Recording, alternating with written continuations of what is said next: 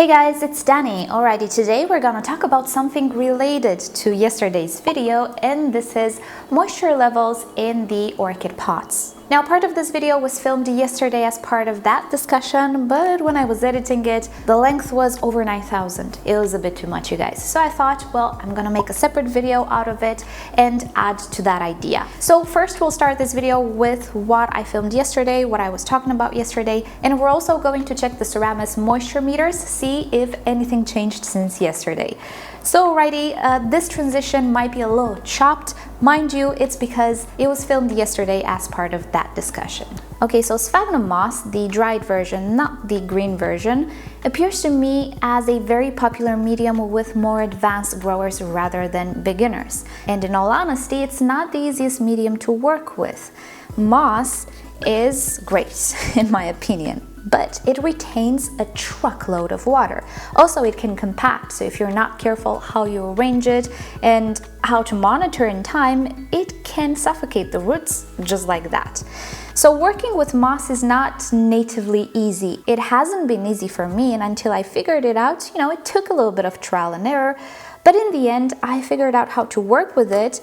Also, environment helps a little bit. If you live in that type of environment, which is rather cool, rather moist, doesn't really promote water evaporation, working with moss will be very difficult, might be even detrimental. But in my environment, obviously, I didn't really have issues. However, now it is winter. Let me just show you the temperature. So the AC has been working. It's still working, but it's taking a break because right now in my grow space, I do have 20 degrees Celsius. So there we have it. During the nighttime, I did have 18 degrees Celsius. This is what I keep my AC on. Now it's 20.4 because the sun is out. So it's not hot. It is still ventilated, but you could see quite humid. So right now, sphagnum moss should work for me like in more cool, more humid environments, right? And let me show you this one now. If we take a look inside, I don't seem to have anything traumatic or dramatic actually going on.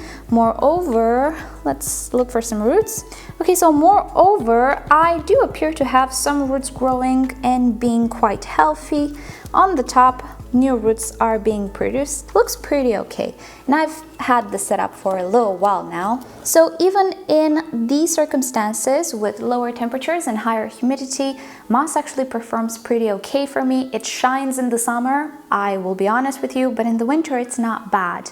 And this is because I control it. If I would not control it, if I would keep it super soggy, it would be a little problematic even for me in winter. Even though these orchids are in a self-watering pot with a reservoir, I don't fill up the reservoir. What I do is just pour a little bit of water. I'm not even sure if a drop or two goes into the reservoir. In the winter time, I just want to maintain the moss moist. And as you could see, it was moist, but not soggy. Also, I hope you can notice that even though this appears to be a pot full of moss, it's not compacted, it's not tight in there. If I would put a finger in, which I won't, I can compact it to here. I can compress all of this moss in a 1 centimeter layer. That's how fluffy it is. This makes sure that this pot does not retain tremendous amounts of water, simply because I don't have as much moss as you'd think. Moss is very fluffy, very expandable, and if you arrange it properly, you can actually control the total physical water volume that a pot can retain. I do talk a little bit more about moss in an older video, check it down below in the description. So when it comes to moss, nothing is black and white. It's very versatile. You can control it if you want to control it. One of the main issues with the self-watering system that many people have is, what do I do during winter? Or with orchids that need a winter rest? Simple, I don't water it, or I don't fill the reservoir. I just use it like a decorative pot, nothing more. There is actually no water at the bottom of the pot, you can see. But I think you can see now that these things don't necessarily come intuitively. especially if you're at the beginning of the orchid journey. Hopefully, when you see people talking about it, when you see videos, you will learn to work with moss a lot faster, because it really is an awesome medium. So that's the discussion about water levels, the amount of moisture, how long it stays wet. It only depends on the amount of water you put in there, because moss directs the water throughout its mass. It's very wicking, very absorbing. It's a very even medium. And for something that has issues with the dry layer at the top, moss is the solution. For now, at least, you know me, I always test stuff. But for now, we're gonna work with moss. So that was yesterday's discussion, but ever since yesterday, I did get a few comments. One of, again, the most common problems or issues people think they might have is with the very wet layer at the bottom of the pot. Now, in my video, I think it was ways to improve the orchid medium or setup. Check it down below, I'll link it there. I think I did say that sphagnum moss does not need bottom layers. It is true that many orchid media will be wetter at the bottom due to gravity. It's absolutely normal. Bark is known to suffer a lot from layering, and in my video I was showing you that a way to promote longevity of organic medium is to place something inorganic at the bottom, such as lava rock, even proper rocks, even leca, whatever, because that layer will always be the wettest layer. It will be in direct contact with the dish or the bottom of the decorative container, and not only, all of the water from the pot will just drain there. So having something to protect a little bit the bark is actually beneficial. Well, the same rules do not apply to sphagnum moss. Moss is actually super incredibly wicking. And I do have another video, yet again a very old one, but efficient one, in which I show you how I water my Neophoenicia, which I still have. The orchid you'll see in that video is this one.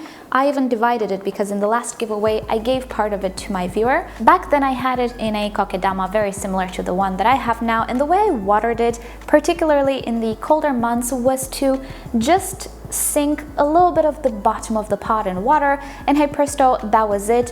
Whatever water that bottom layer wicked would disperse throughout the medium very evenly. I like to say the sphagnum moss defies the laws of gravity, but in fact it doesn't. It's very wicking, and this capillary property is very strong.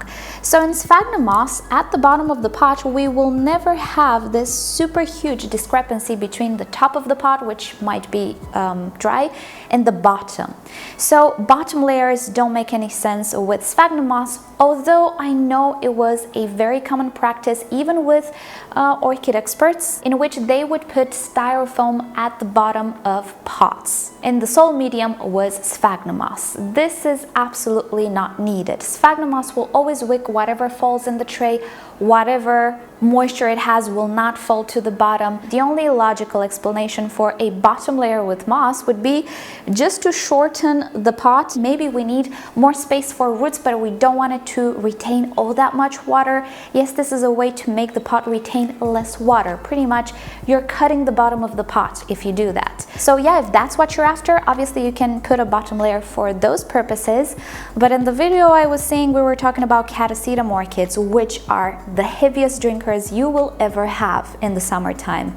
And the pots in question were clay pots, which lose water continuously because they're porous. So the bottom layer was not used for the pot to not retain water. It was used for the pot not to be wetter at the bottom, which doesn't happen with sphagnum moss. Now, knowing this thing is actually very beneficial. And I'll show you in a concrete real-life example why it's beneficial to know this about sphagnum moss. This is something you might already know. I've said it before many times. What is overwatering? It is not adding too much water, it is watering way too frequent. And this usually applies to organic media, and also specifically to stuff like bark, coconut husk, and we will see even leca if you want to use it in that way. Overwatering doesn't mean the quantity of water you put, because bark is either watered through soaking the entire pot in a container such as this, or just running water through the top until everything gets wet, and that quantity of water can obviously vary. When working with moss though, we can absolutely work with water quantities, and I'll show you the biggest difference between moss and pretty much any other type of very common medium. So here I I have an orchid in bark. Well, this is a bark mix. It has a little bit of turfus, but not too much. Everything is very, very well draining. We can actually see layering here. Can you see that I already have a wetter layer at the bottom and everything a little drier at the top? This is inevitable. It's okay. It's not a huge difference. We can still control this. But this layering occurs because when water runs through this type of pot, it usually just runs out. So I have here a predefined measure of water. I am going to use the same measure for all of these pots. If we run it at the top, look what happens at the bottom. It pretty much comes right out. And even though some will remain in the pot, most of it will just drain to the bottom and even out of the pot. This is the main reason why most of the times we do make mixtures with bark, not necessarily use it as it is, depending on the orchid we're growing. Adding extra bits which are more wicking, more water retentive helps a little bit. And as you could see in my previous example, not all of the water came out, but quite a lot of it did. And that's because the bits that are more wicking in that mixture retained the water. Now the same will happen in leca as well, because leca as it is not very, very wicking. If you use it like bark, it will perform like bark. So again, I'm running water through it and look at that, it just goes to the bottom. And with leca as well, you will see that the water will always collect more at the bottom. Even though leca can actually be more wicking than bark, it's still not enough, still doesn't perform like sphagnum moss, which we shall see right now. And now let's run the same experiment with sphagnum moss, and this is not saturated moss. Once the moss is saturated, obviously the water will run through it, but when the moss can actually retain water, let's see what happens. It will keep it in. It will not go anywhere. What you saw falling is actually perlite. The water that I just poured in this pot vanished. And this is because it was spread super, super fast throughout the mass of the moss. Let's see if I pour another scoop. I'm even tilting it. Nope, it's not draining. Let's put another scoop. And don't worry, this needed watering. Nope, not coming up. So that's the difference between all of these media which are not water retentive and very fast wicking and sphagnum moss. There are of course other materials that perform like sphagnum moss. There is the ceramis, which I have some bad memories with, but we're gonna take a look at it today. Yeah, I did that for you. Anything that has the capability to wick water very fast and hold it can perform like moss. And this is the main thing that drew me to ceramis when I first used it. I wanted the equivalent of moss, but in inorganic form, because moss has a downfall. It does decompose faster than bark or other media, and that's why it's important to actually have a good quality sphagnum moss. But in the end, the wetter it is, the faster it will decompose. With ceramis, I guess you already know the story. If you don't, well, I clogged my sink. It was so hard to prepare it all of the time. Every time I worked with it, because it was just brick, it was just soft, it would create a lot of dust. And yeah, I went through a crisis 2 years ago. I don't want to work with ceramis anytime soon. That's the only problem. But yeah, now you understand that's what I hoped ceramis would replace. It turned out it doesn't really replace sphagnum moss. But now that we know that sphagnum moss is just so wicking and so water retentive, how can we use this information? Well, simple. Knowing this allows us to control the moisture levels in our pot. If I want the moss to be just slightly damp, I'm just going to add a little bit of water to it. Therefore, it will not be soggy, it will not drip, it will just be very slightly moist. And yeah, I'm exaggerating a little bit, but you get the idea. That's how I maintain all of my sphagnum moss orchids in check.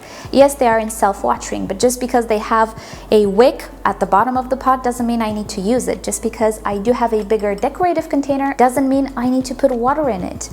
When I don't need to keep the setup super moist, I don't have to. With moss, I can control that by controlling the level of water that I pour in there. And at this point, you might wonder, what about flushing? You're just gonna put a little bit of water, the salts will accumulate because it never drains, right? Well, true, but mind you, it's winter right now. In wintertime or colder seasons or colder temperatures generally, we don't fertilize as much because metabolism of orchids is slowed down. Not to mention some orchids are just going into dormancy or break and don't really need almost any watering at all, let alone fertilizer. So the point of flushing disappears if you know how to control fertilizer. See, that's why I was saying it's a more advanced type of medium, but the faster you learn these things, the more you can start to play with them and think about them, have them in your mind, and act accordingly. So sphagnum moss can definitely be flushed. It can also be soaked if you so desire, but afterwards, the orchid needs to be maintained in a much warmer environment, or an environment which will not create issues if the moss is always super wet. And things to avoid issues, of course, are maintaining the air fresh, opening the windows from time to time, even if it's cold, just to refresh the air, maintaining ventilation, even through the use of a fan, and just being careful not to over fertilize. You have to think about the orchid you're handling. Is it a heavy feeder? Is it a seedling? Is it going into dormancy? Is it a heavy feeder? You have to keep that in mind when working with moss. Luckily though, at some point it will come innate. And usually that's when people start to fall in love with moss, and I've seen it a lot on YouTube. And not only, people are very afraid of moss until they start to know it. They start to exchange thoughts and figure each other out. And when that happens, everybody kind of falls in love with moss. And yeah, I'm in love with moss as well.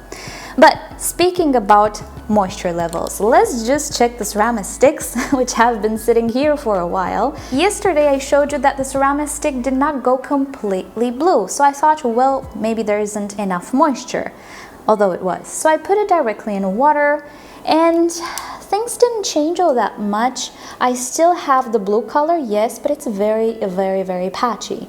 Now, these sticks were created to work with their medium, with the ceramic medium, so I thought, okay, maybe they need some air pockets to perform. Maybe I oversaturated them, which doesn't seem logical, but hey, it's a possibility. So I placed one of the sticks in ceramics. Yes, I do still have some ceramics around, I just don't want to see it at the moment.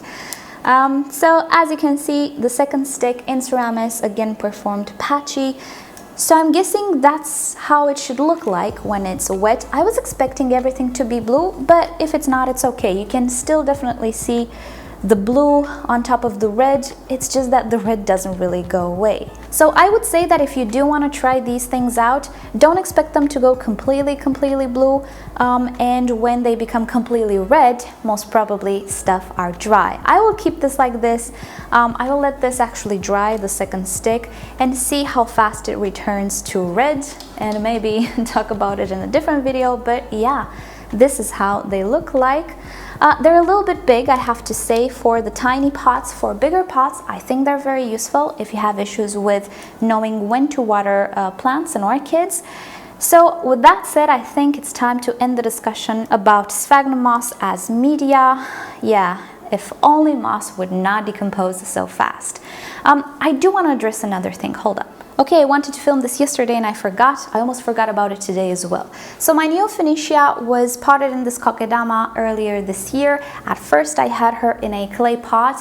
No, me and clay pots don't get along in my environment. They become slimy, full of algae, they dry out way too fast even if I leave them in a saucer of water. It's just no. So I put this orchid in a plastic pot and it's already a lot better, but when I removed the moss, which was already there for quite a lot of months, I was expecting it to already start to smell a little bit, already be degraded a little bit, but no.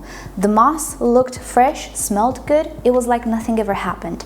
So I reused the moss, and it's going to be 1 year pretty soon since this moss has been used. So that's pretty great. I think I can squeeze a little bit more than a year from this moss, and yeah, I'll keep you up to date how much it lasts and how wet I keep it, but I do think it is quite good quality sphagnum moss. Alrighty then, this is about it for today. Thank you so much for watching. Hope you found this useful. And you know the drill, like or dislike this video below, subscribe to my channel for regular orchid videos, tutorials, Q&As, and other fun orchid subjects.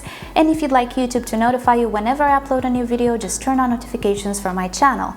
Also, if you're interested in my other setups, lights, fertilizers, all of these things that I regularly use, I list them down below in the description. And with that said, I'll see you guys next time. Bye!